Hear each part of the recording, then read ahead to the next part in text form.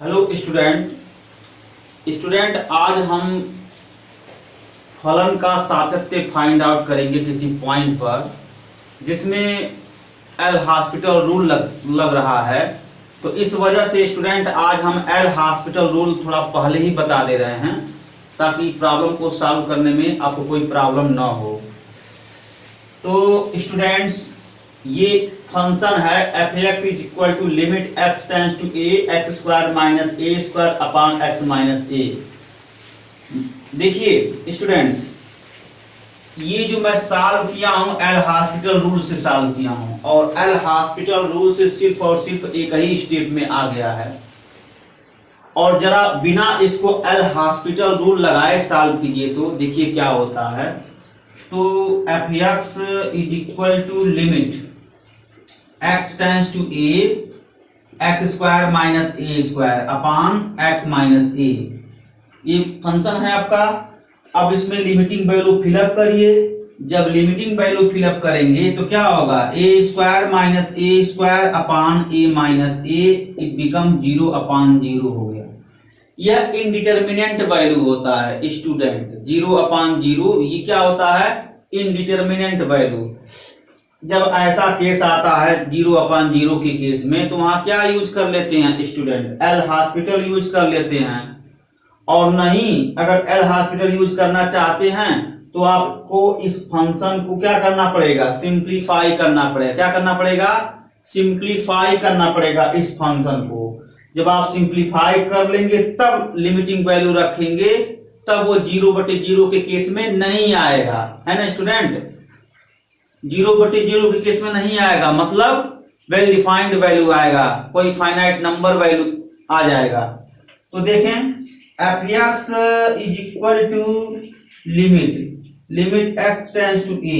मैं इसको सिंप्लीफाई करना चाहता हूं इस फ्रैक्शन को, तो कैसे सिंप्लीफाई करेंगे। अंश में देखिए क्या दिया है, x square minus A square. क्या है, बीजगणित का हम सरसमीका इस्तेमाल कर सकते हैं। बीजगणित का सरसमीका आप क्या पढ़े हैं, ए स्क्वायर माइनस बी स्क्वायर। उसी से इसको ब्रेक कर दीजिए तो क्या होगा, a minus B into A plus B. तो ब्रेक कर दीजिए तो x minus A into X plus A upon X minus A. इसको सिंप्लीफाई करेंगे तो कैंसिल हो गया। तो F x is equal to limit X tends to A X plus A. देखिए स्टूडेंट हम इस टर्म को यहां सिंप्लीफाई किए और फिर जो है यहाँ ये टर्म कैंसिल हो जाएगा तो x प्लस ए बचा। अब यहाँ लिमिटिंग वैल्यू रखेंगे तो जैसे जैसे x a की तरफ अग्रसर कर रहा है वैसे वैसे x प्लस ए किधर जाएगा, 2a की तरफ जाएगा। यहाँ देखिए वेल डिफाइंड वैल्यू मिल रहा है, बट अगर स्टार्टिंग में रख देंगे लिमिटिंग वैल्यू तो 0/0 के केस बन रहा है। तो इसका मतलब ये नहीं हुआ स्टूडेंट कि लिमिट जो है 0/0 आ जाएगा, नहीं। क्योंकि आप पढ़े होंगे लिमिट हमेशा फाइनाइट वैल्यू देता है और 0/0 क्या है, इनडिटर्मिनेंट वैल्यू है, यानी अपरिभाषित है। और अपरिभाषित जहां आता है तो आपको फंक्शन को सरल करना पड़ता है। और सरल कैसे करते हैं, चाहे बीजगणित का फॉर्मूला लगाइए, चाहे जो है त्रिकोणमिति का फॉर्मूला लगाइए, ठीक है ना, चाहे बाइनोमियल एक्सपेंशन लगाइए, चाहे जैसे उसको जो है आप सेट करके थोड़ा सा फंक्शन को सरल कर दीजिए। और जब फंक्शन जब सरल हो जाता है तो उसके लिमिटिंग वैल्यू रखिए। अगर लिमिटिंग वैल्यू फाइनाइट वैल्यू दे रहा है तब तो कोई दिक्कत नहीं, आप फलन को आप सॉल्व कर लेंगे। अगर फाइनाइट वैल्यू नहीं दे रहा है तो पुनः आपको और कुछ सरल करना पड़ेगा। और कब तक ये काम करेंगे, जब तक लिमिटिंग वैल्यू फाइनाइट ना आ जाए। जैसे देखिए यहाँ पर लिमिटिंग वैल्यू देखिए फाइनाइट, यहाँ x की जगह पर a रखेंगे तो क्या आ जाएगा, a प्लस a, इसका मतलब 2a आ जाएगा। ये देखिए फाइनाइट वैल्यू दे दिया ना, तो ये चीज। लेकिन स्टूडेंट कभी कभार एक ऐसा कॉम्प्लिकेटेड फंक्शन होता है जिसको आप सरल नहीं कर पा रहे हैं, कठिन लगता है, उसी केस में एल हॉस्पिटल रूल लगाते हैं। एल हॉस्पिटल रूल क्या है स्टूडेंट, फ्रेंच के मैथमेटिशियन एल हॉस्पिटल थे। वो एक महान गणितज्ञ थे, फ्रेंच के रहने वाले थे और उनका नाम था एल हॉस्पिटल। है ना स्टूडेंट्स। उन्होंने ही लिमिट पर एक रूल दिया कि कोई फंक्शन कॉम्प्लिकेटेड है, उसका गुणा भाग ज्यादा जो है कठिन हो रहा है, तो उन्होंने एक ऐसा रूल दिया कि ज्यादा आपको गुणा भाग नहीं करना पड़ेगा और उनके रूल लगाने से आसानी से फंक्शन का लिमिट निकल जाएगा। ठीक है ना स्टूडेंट। तो उसी रूल को एल हॉस्पिटल रूल कहते हैं। और वो क्या रूल दिए? वो रूल यही दिए कि जिस फंक्शन का पॉइंट पर लिमिट निकालना होता है तो सबसे पहले उस फंक्शन का लिमिटिंग वैल्यू देख लीजिए। जैसे यहां हम लिमिटिंग वैल्यू देखे हैं स्टार्टिंग में, limit x tends to a x square minus a square upon x minus a square minus a square upon a minus a equal to 0 upon 0। देखिए ये लिमिटिंग वैल्यू है और ये लिमिटिंग वैल्यू क्या है? 0/0 का केस है। तो ऐसे सिचुएशन में हम क्या करेंगे? ऐसे सिचुएशन में हम ये करेंगे कि अंश को आप अवकलन कर दीजिए और हर को भी अवकलन कर दीजिए। तो ये देखिए कि अंश किसका फंक्शन है? अंश किसका फंक्शन है बताइए? X square minus A square और हर x माइनस ए का है। तो अंश को x के रिस्पेक्ट में अवकलन कर दीजिए और हर को x के रिस्पेक्ट में अवकलन कर दीजिए। अवकलन करने के पश्चात फिर लिमिटिंग वैल्यू देख लीजिए। तो मैं वही किया हूं, x square minus A square को x के रिस्पेक्ट में अवकलन करेंगे तो 2x हो जाएगा और फिर x माइनस ए का x के रिस्पेक्ट में अवकलन करेंगे तो 1 हो जाएगा। और फिर इसका लिमिटिंग वैल्यू देख लिए। तो जैसे जैसे x a की तरफ अग्रसर करेगा वैसे वैसे 2x 2a की तरफ अग्रसर करेगा। तो इसका लिमिटिंग वैल्यू 2a आ गया। तो यही आपका आंसर हो गया। स्टूडेंट अगर मान लीजिए डिफरेंशिएट करने के दौरान लिमिटिंग वैल्यू रखने पर पुनः 0/0 का केस बन जा रहा है, अर्थात इनडिटरमिनेंट आ रहा है, 0/0 के केस बन जा रहा है, तो ऐसे सिचुएशन में हम क्या करेंगे? पुनः जो है अवकलन कर देंगे अंश और हर को x के रिस्पेक्ट में। ठीक है, फिर लिमिटिंग वैल्यू रखेंगे, है ना। तो फिर जो वेल डिफाइंड वैल्यू आएगा तब तो ठीक है, अगर वेल डिफाइंड वैल्यू नहीं आएगा तो एक बार फिर अवकलन करेंगे। ये प्रक्रिया हम बार बार करते हैं, अंश और हर का अवकलन बार बार करते हैं। कब तक करते हैं? जब तक लिमिटिंग वैल्यू फाइनाइट नंबर न आ जाए। जब फाइनाइट नंबर आ जाता है तो वही आपका फंक्शन का लिमिट होता है। यही एल हॉस्पिटल रूल कहलाता है ना स्टूडेंट। ये चीज ये 0/0 का केस बनता है, मतलब यहाँ 0/0 का मतलब यहाँ कोई अपरिभाषित संख्या आता है स्टूडेंट। जब अपरिभाषित संख्या आता है तब हम जो है एल हॉस्पिटल रूल अप्लाई कर देते हैं। ठीक है ना। वैसे देखिए स्टूडेंट यहां पर भी इस फंक्शन में भी एल हॉस्पिटल रूल लगाए हैं। कब लगता है देख लीजिए, आप लिमिटिंग वैल्यू देख लीजिए। fx इक्वल टू, जब लिमिटिंग वैल्यू रखेंगे तो क्या होगा? साइन 0 अपॉन साइन 0 और इसका मान क्या होगा?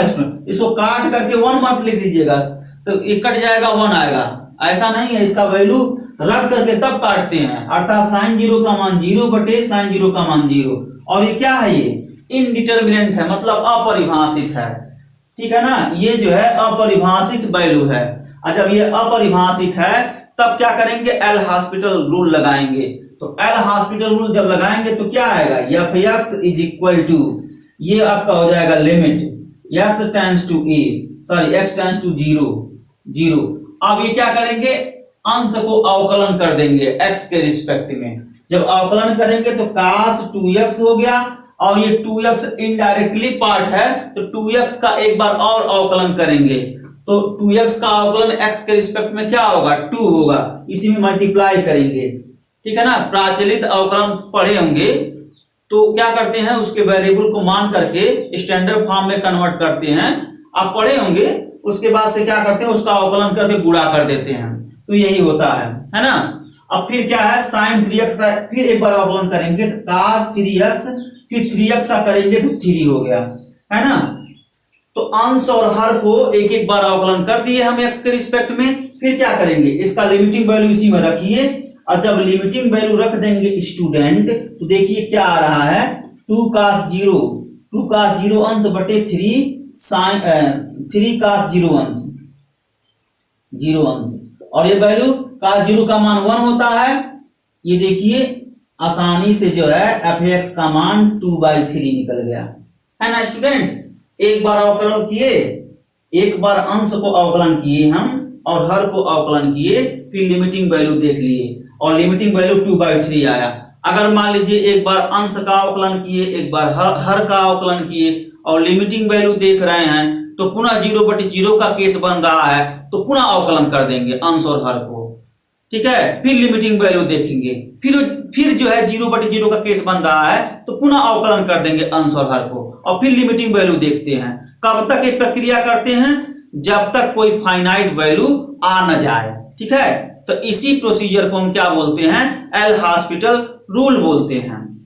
ये जो है एल हॉस्पिटल साहब दिए थे ये रूल। ऐसा करने से फायदा क्या है? ऐसा करने से फायदा यह है कि आप बुरा भाग से बच जाएंगे। जैसे मान लीजिए इसी फंक्शन को आप एल हॉस्पिटल 9 लगा करके सॉल्व करेंगे, तो थोड़ा इसमें बुरा भाग ज्यादा बढ़ जाएगा, और बुरा भाग बढ़ने का मतलब क्या होगा कि थोड़ा जो है समय बाद जो है आंसर आएगा। जैसे फॉर एग्जांपल यहाँ पर क्या करेंगे? सिंप्लीफाई करेंगे फंक्शन को। तो सिंप्लीफाई कैसे होगा? इसका सीरीज लिखना पड़ेगा sin 2x का, और sin 2x का सीरीज क्या होता है? 2x माइनस 2x का cube upon 3 plus and so on. और ऐसे ही sin 3x का भी आपको क्या लिखना पड़ेगा? सीरीज लिखना पड़ेगा कि 3x माइनस 3x का cube upon 3 plus and so on. अगला टर्म क्या आएगा? 2x की पावर 5 अपॉन 5 आ जाएगा, है ना। ये फैक्टोरियल होता है स्टूडेंट, ठीक है। अब क्या करेंगे? यहां से x कॉमन लेंगे, यहां से x कॉमन लेंगे, तब क्या होगा? लिमिट x टेंड्स टू 0, यहां से x कॉमन ले लीजिए, 2 minus 2x square upon factorial 3 plus and so on. यहाँ क्यूब है तो ये 2 का क्यूब यानी 8 हो जाएगा, और अपॉन यहाँ देखिए 3 कॉमन लिए हैं, तो लेकिन स्टूडेंट जब 2 कॉमन लेंगे तो ये 4 हो जाएगा। यही सब देखना है, मतलब इस कॉम्प्लिकेटेड है, गलत होने का चांसेस बढ़ जाता है। और यहाँ पे देखिए 3 कॉमन लेंगे, 27 होगा, तो x minus 9x cube upon factorial 3 plus and so on, है ना स्टूडेंट। यहाँ 3 होगा, हमने x कॉमन लिया और x कॉमन लिया, अंश से x कॉमन, हर से x कॉमन, कैंसिल आउट हो जाएगा, और तब ये सिचुएशन बना। अब लिमिटिंग वैल्यू रखेंगे तो यह आ जाएगा 2/3, और हायर टर्म क्या हो जाएगा? 0 हो जाएगा। क्यों? क्योंकि हायर टर्म में x है, और जब x को 0 की तरफ अप्रोच करेंगे तो हायर टर्म वैनिश कर जाएगा, मतलब 0 होगा। तो भी 2/3 आया। लेकिन स्टूडेंट मान लीजिए आपको साइन सीरीज भूल गया, तब क्या आप सॉल्व कर पाएंगे? नहीं सॉल्व कर पाएंगे, और फिर इसमें गलत होने का भी चांसेस है, और कैलकुलेशन भी लेंदी है। इसी लेंदी से बचने के लिए एल हॉस्पिटल साहब एक रूल दिए थे, उसी रूल को एल हॉस्पिटल रूल बोलते हैं। वो रूल मैं आपको डिस्क्राइब कर दिया। अब इसी रूल का इस्तेमाल करके कुछ चुनिंदे प्रॉब्लम है, उसको हमको सॉल्व करना है।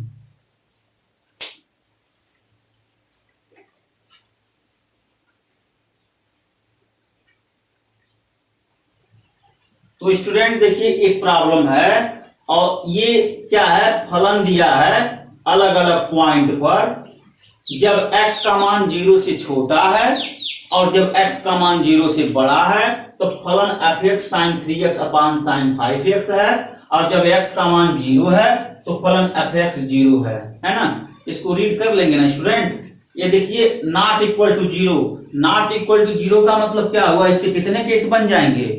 या तो x का मान 0 से छोटा हो या x का मान 0 से बड़ा हो, तो दोनों केस में फंक्शन सेम है। तो इसको रीड करिए। तो जब इसको रीड करेंगे तो क्या पाएंगे? यदि x लेस देन 0 तब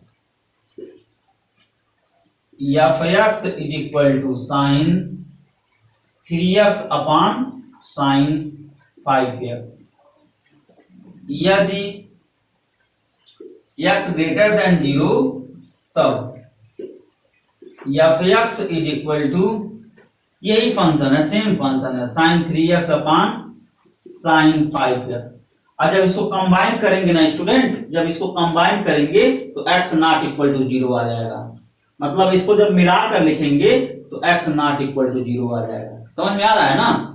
ये इसमें करते हैं स्टूडेंट, ठीक है ना स्टूडेंट? जब इसको कंबाइन करेंगे, इसको जब अच्छे से कंबाइन कर लेंगे तो ये x नॉट इक्वल टू 0 आ जाएगा। मतलब मेरे कहने का यह है student, x greater than 0, x less than 0, है ना, x greater than 0, x less than 0, which imply x not equal to 0। ये कहना चाह रहा था मैं, ठीक है, वही किया गया है। और यदि x इक्वल टू 0 तब f(x) वैल्यू क्या दिया है? 0 दिया है। तो इसके सातत्य का परीक्षण करना है।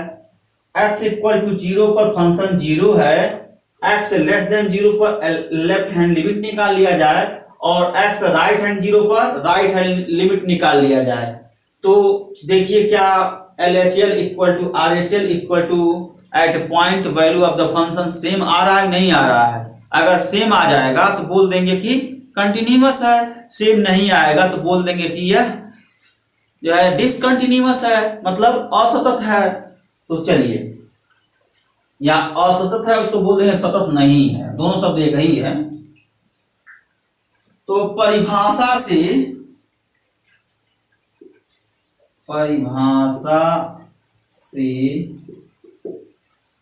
फलन की परिभाषा से यहां लिख सकते हैं फलन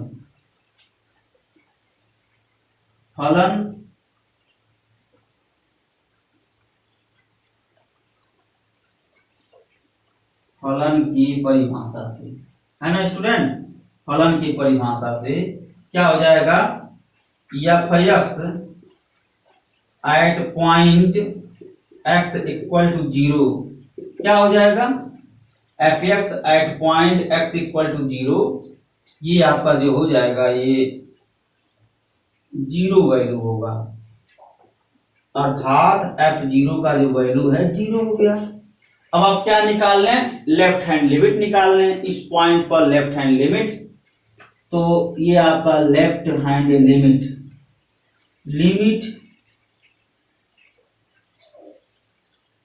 पहले लेफ्ट हैंड लिमिट लिख लीजिए स्टूडेंट। 0 को निकालना है तो 0 minus 0 is equal to limit delta tends to 0 f 0 minus delta is equal, थोड़ा सॉल्व कर दीजिए, delta tends to 0 f minus delta. ये सिचुएशन आया स्टूडेंट। अब आप जहां जहां x है वहां वहां माइनस डेल्टा यूज कर सकते हैं।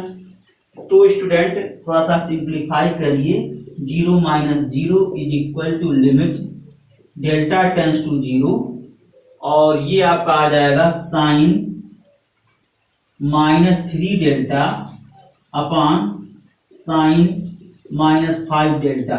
यही ना है? जहां जहां x है वहां वहां पर मैं माइनस डेल्टा यूज कर लिया, तो आपका ये सिचुएशन बना स्टूडेंट। तो अब देखिए क्या हो गया, थोड़ा सा सिंप्लीफाई करिए। साइन माइनस थीटा क्या होता है? माइनस साइन थीटा होता है। और तो जब साइन माइनस थीटा क्या होता है? माइनस साइन थीटा होता है। तो अंश और हर में यूज कर लीजिए, तो माइनस माइनस प्लस हो जाएगा स्टूडेंट, हो जाएगा ना? यानी मिला जुला करके आपका आया limit delta tends to 0 sine 3 delta upon sine 5 delta, है ना स्टूडेंट? अब डेल्टा टेंस टू 0 इसी में रख दीजिए, जहां जहां डेल्टा है वहां वहां 0 रखिए, तो क्या आएगा? 0 साइन 0 अपॉन साइन 0, और साइन 0 अपॉन साइन 0 का वैल्यू क्या होगा? 0 अपॉन 0, फिर इनडिटर्मिनेंट हो जाएगा स्टूडेंट। क्या हो जाएगा? इनडिटर्मिनेंट, मतलब अपरिभाषित हो गया। जब भी ये केस बने 0/0 का, है ना, या वैल्यू इनफाइनाइट बटे इनफाइनाइट का, तो हम क्या कर देंगे? ये इनडिटर्मिनेंट वैल्यू है ना स्टूडेंट? जब ये इनडिटर्मिनेंट वैल्यू आ जाएगा तो क्या कह देंगे? तब वहीं पर हम एल हॉस्पिटल लगा देंगे, यही ना कहते हैं। और एल हॉस्पिटल साहब यही कहे थे, जब फलन में लिमिटिंग वैल्यू रखिए और फलन का मान अपरिभाषित हो जाए तो हमको यूज कर लीजिए, मेरे नियम को यूज कर लीजिए, तो उन्हीं के नियम का मैं इस्तेमाल कर लूंगा। तो चलिए उनके नियम का इस्तेमाल कर लिया जाए स्टूडेंट बाय एल हॉस्पिटल से।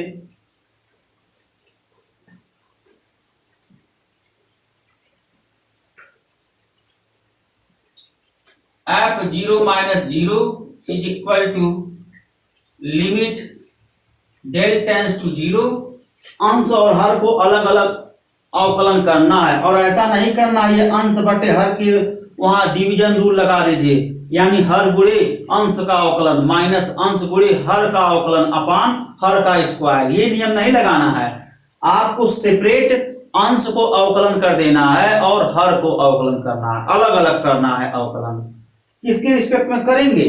जो वेरिएबल दिया रहता है उसी के रिस्पेक्ट में करना है। यहाँ वेरिएबल क्या दिया है? डेल्टा। देखिए डेल्टा ही देखिए कहाँ जा रहा है, वेरी कर रहा है, जीरो की तरफ जा रहा है। ये वेरिएबल है, वेरिएबल है ना।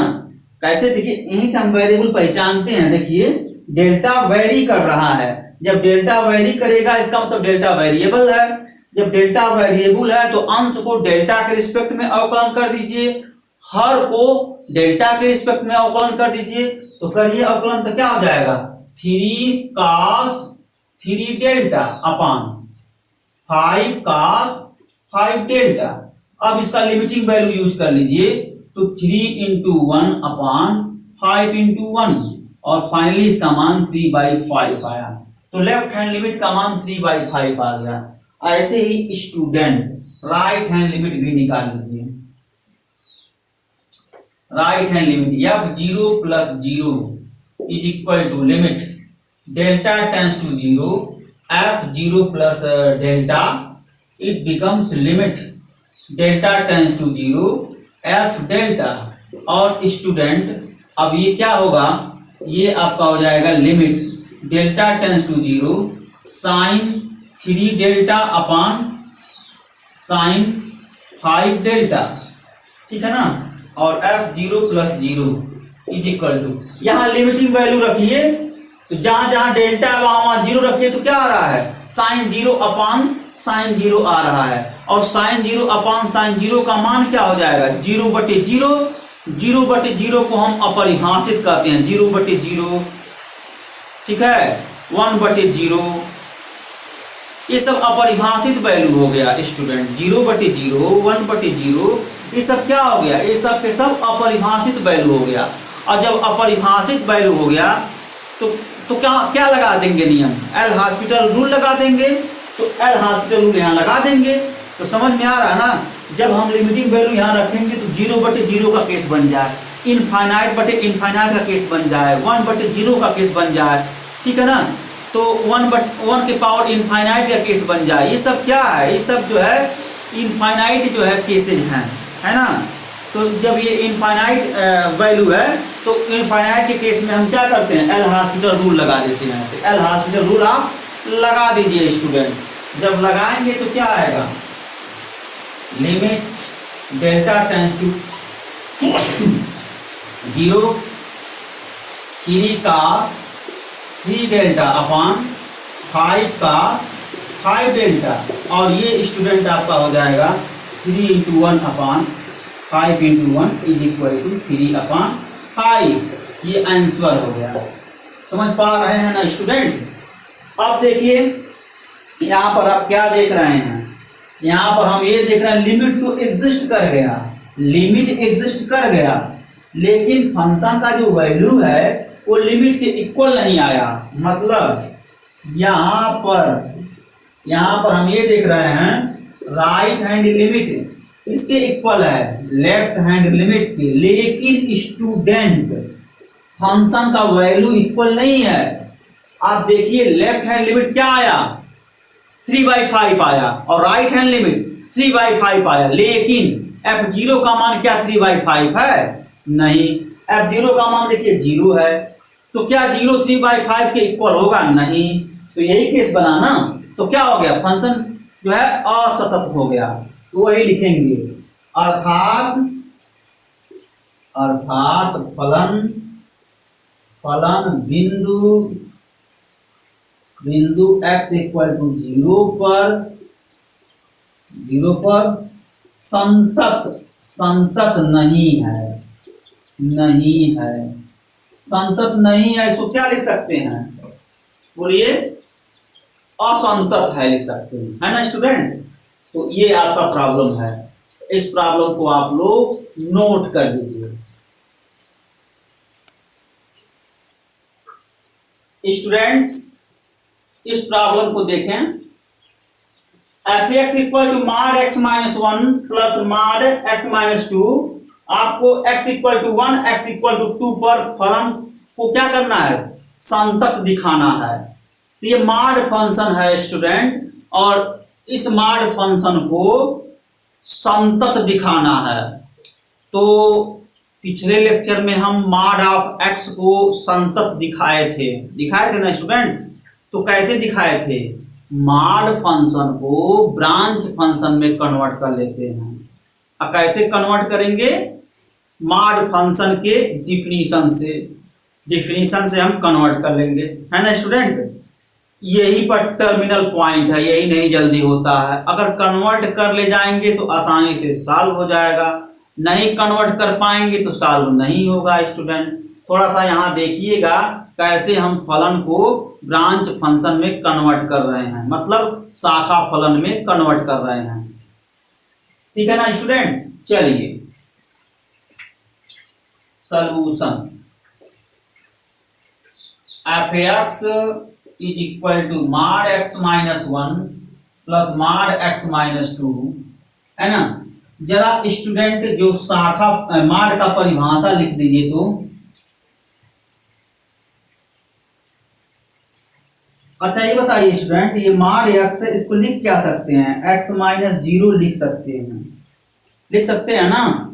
और देखिए स्टूडेंट, अब यहीं पर x में से जो क्वांटिटी घटता है, x में से कौन सा क्वांटिटी घट रहा है, x में से जीरो क्वांटिटी घट रहा है। तो उसी पर चर्चा कर लेते हैं, x ग्रेटर देन जीरो हो, x लेस देन जीरो हो, x इक्वल टू जीरो हो, है ना स्टूडेंट।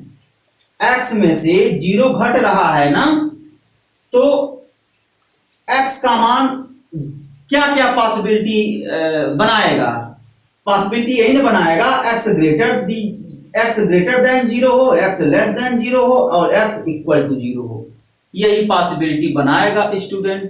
तो आप इसकी परिभाषा से अगर x ग्रेटर देन जीरो हो यानी धनात्मक संख्या है तो ये x ही होगा, और x लेस देन जीरो है तो x लेस देन जीरो का मतलब ऋणात्मक संख्या है।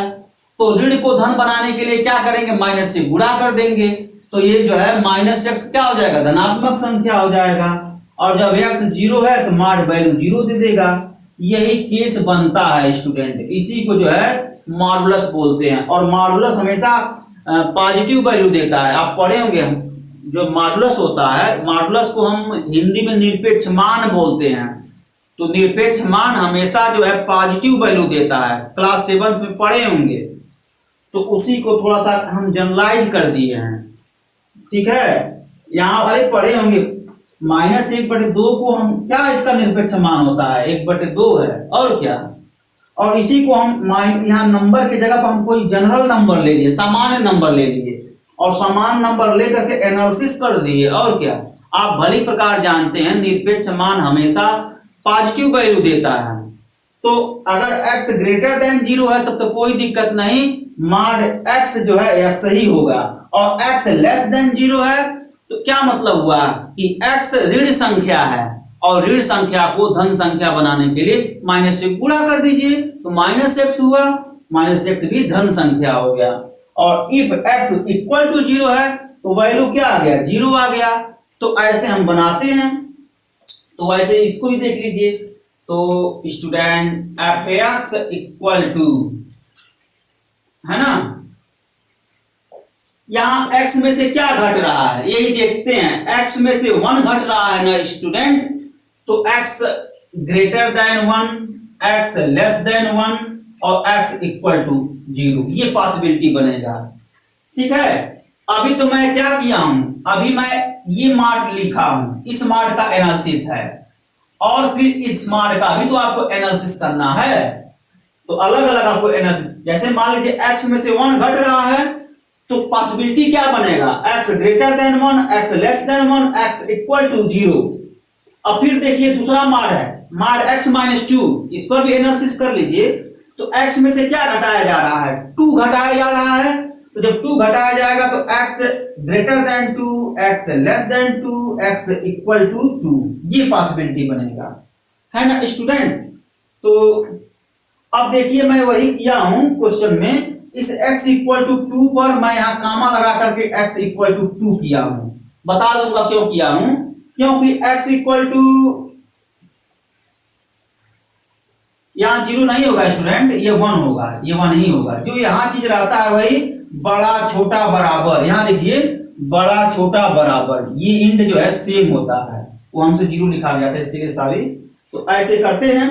और देखिए स्टूडेंट x इक्वल टू 1 पर फंक्शन का जो मान आ रहा है, ax इक्वल टू 2 पर भी फंक्शन का वही मान आ रहा है, इसलिए दोनों को हम एक साथ लिख देंगे। ठीक है, अभी मैं बताऊंगा कैसे हो रहा है।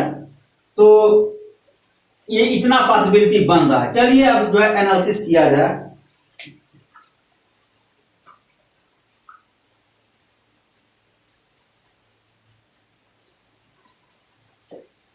ये फंक्शन देख रहे हैं ना student, x is equal to mod x minus 1 plus mod x minus 2।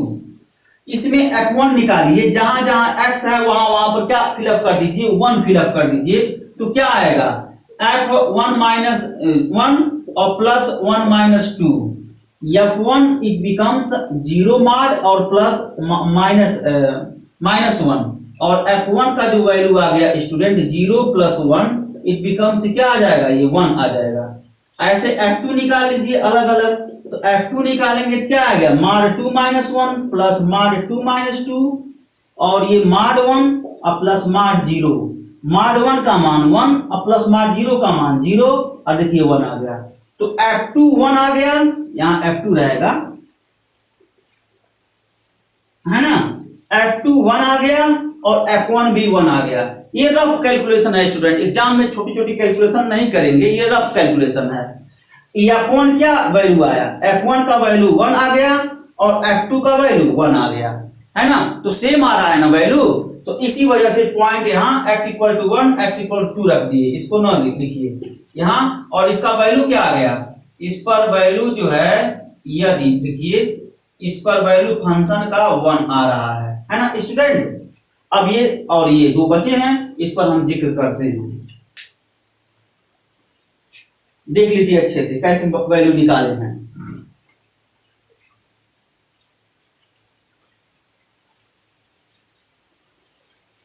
अब देखिए x ग्रेटर देन 1, है ना, तो x ग्रेटर देन जब 1 लेंगे तो यहां पर वैल्यू रखिए x ग्रेटर देन 1, मान लीजिए 1.5 ले लिए, x को 1 से बड़ा रखिए। तो जब बड़ा रखेंगे तो क्या आएगा, x को 1.5 रखिए, x इक्वल टू 1.5। नहीं समझ रहे हैं स्टूडेंट, हम ये कहना चाह रहे हैं कि x ग्रेटर देन 1 मतलब x का मान 1 से बड़ा है, और x का मान 1 से बड़ा कब आएगा स्टूडेंट बताइए, x का मान 1 से बड़ा कब आएगा, x का मान 1 से बड़ा जब x इक्वल टू 1.1 हो या 1.2 हो, x इक्वल टू 1.5 हो, तो 1.5 ले लीजिए। ठीक है, एक नंबर ले लीजिए 1.5 जो 1 से बड़ा हो, और 1.5 1 से बड़ा है ये है। तो यहाँ 1.5 रखेंगे तो क्या आएगा, ये इंड हमेशा क्या आएगा, धनात्मक आएगा, आएगा ना स्टूडेंट। देख लीजिए 1.5 माइनस 1 और प्लस 1.5 माइनस 2, ये देखिए धनात्मक संख्या होगा, और ये देखिए ऋणात्मक संख्या होगा ना स्टूडेंट, ये धनात्मक होगा और ये ऋणात्मक होगा। तो ये तो ठीक है, धनात्मक जब आ रहा है तो हम मान x माइनस 1 ही लिखेंगे, और ये देखिए स्टूडेंट ये ऋणात्मक आ रहा है ना, यहाँ देखिए 1.5 माइनस 2, तो ये माइनस 0.5 आएगा, ये ऋणात्मक संख्या आएगा। और ऋण को धन बनाने के लिए क्या करते हैं स्टूडेंट, माइनस से मल्टीप्लाई कर देते हैं, करते हैं ना, तो वही इसमें भी कर दीजिए। ये टर्म ऐसे ही रहेगा, अर्थात x माइनस 1 होगा और प्लस, और इसको माइनस से मल्टीप्लाई करके लिखेंगे, तो ये आपका हो जाएगा 2 माइनस x, रिवर्स कर देंगे और क्या। तो जब रिवर्स कर देंगे तो क्या आएगा, अब देखो ये कैंसिल हो जाएगा ये इंड, तो ये वैल्यू क्या आएगा फाइनली जब इसको सॉल्व करेंगे तो ये वैल्यू 1 आ जाएगा, तो ऐसे ही स्टूडेंट x ग्रेटर देन 1 पर वैल्यू क्या आया, 1 आया, है ना। और x लेस देन 1 पर क्या आएगा, देखिए ये ऋणात्मक संख्या हो जाएगा। x का मान 1 से कम रखिए, x का मान जब 1 से कम रखेंगे तो ये ऋणात्मक संख्या हो जाएगा ना स्टूडेंट, ये ऋणात्मक संख्या हो जाएगा। और ये क्या है, x का मान जब 1 से कम रखेंगे ये भी ऋणात्मक संख्या हो जाएगा। यहां पर आप रखकर चेक कर लीजिए, x का मान 1 से कम रखिए तो x का मान 0.5, तो जहां जहां x है वहां वहां 0.5 रख लीजिए, तो ये 0.5 माइनस 1 और प्लस 0.5 माइनस 2, ये देखिए स्टूडेंट ये ऋण संख्या होगा और ये भी ऋण संख्या होगा ना। तो जब ये ऋण संख्या होगा तो ऋण को धन बनाने के लिए क्या करते हैं, माइनस से गुणा कर देते हैं। तो जब ये माइनस से गुणा करेंगे तो 1 माइनस एक्स हो जाएगा, अर्थात ये 1 माइनस एक्स प्लस इसमें भी माइनस से गुणा करना पड़ेगा क्योंकि ये भी ऋण संख्या दे रहा है। तो माइनस से जब गुणा करेंगे क्या हो जाएगा, 2 माइनस एक्स होगा, 2 माइनस एक्स। सिंप्लीफाई कर लीजिए, 3 माइनस 2 एक्स, है ना स्टूडेंट। ये आपका हो जाएगा 3 माइनस 2 एक्स हो गया, ठीक है। अब x ग्रेटर देन 2 पर देख लीजिए वैल्यू क्या है। जब x का मान ग्रेटर देन 2 रखेंगे तो ये धनात्मक होगा और ये भी धनात्मक होगा। यही आपको सोचना है कि जब x का मान 2 से बड़ा होगा तब ये मान धन वैल्यू देगा कि ऋण वैल्यू देगा, और ये मान धन वैल्यू देगा कि ऋण वैल्यू देगा। अगर धन वैल्यू देगा तो वही सेम हो जाएगा और ऋण वैल्यू देगा तो माइनस से गुणा करके लिख देंगे, तो मतलब उसका रिवर्स कर देते हैं, ठीक है ना, यही करते हैं। देखिए ये धन वैल्यू देगा, धन x का मान 2 से बड़ा रख रहे हैं ना, तो ये हमेशा धनात्मक होगा और ये भी धनात्मक होगा ना। तो क्या होगा, जब धनात्मक होगा तो सेम वैल्यू अर्थात x minus 1 plus x minus 2 ऐसे हो जाएगा, सेम वैल्यू। और इसको जोड़ देंगे तो 2x माइनस 3 हो गया, तो 2x माइनस 3 हो गया स्टूडेंट, ये चीज है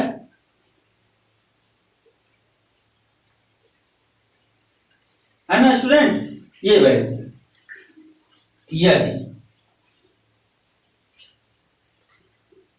यदि अब इस पर भी चर्चा कर लीजिए। x लेस देन 2, जब x का मान 2 से छोटा हो, तो 2 से छोटा का मतलब क्या, 2 के करीब जाइए तो 1.5 ले लीजिए, 1.5 लेंगे तो क्या होगा ये स्टूडेंट, ये वैल्यू क्या हो जाएगा, ऋण संख्या हो जाएगा। 1.5 माइनस 2 ये ऋण संख्या होगा और ये धन संख्या होगा, तो ये एज इट इज रहेगा स्टूडेंट, अर्थात जब इसका मान रखेंगे तो x माइनस 1 ही रहेगा ये वैल्यू, और ये ऋण संख्या दे रहा है ना 1.5 पर, मतलब x लेस देन 2 पर, तब ये क्या करेंगे, इसको लिखने के लिए माइनस से गुणा करके लिखेंगे। जब माइनस से गुणा करेंगे तो ये x निगेटिव हो जाएगा और 2 माइनस है तो पॉजिटिव हो जाएगा, अर्थात 2 माइनस एक्स होगा, तो प्लस 2 माइनस एक्स हो गया। ये देखिए plus x minus x cancel हो गया और ये वैल्यू 1 आ जाएगा। ये आपका जो है डिफाइंड हो गया स्टूडेंट ब्रांच फंक्शन। ऐसे हम ब्रांच फंक्शन जो है डिफाइन करते हैं।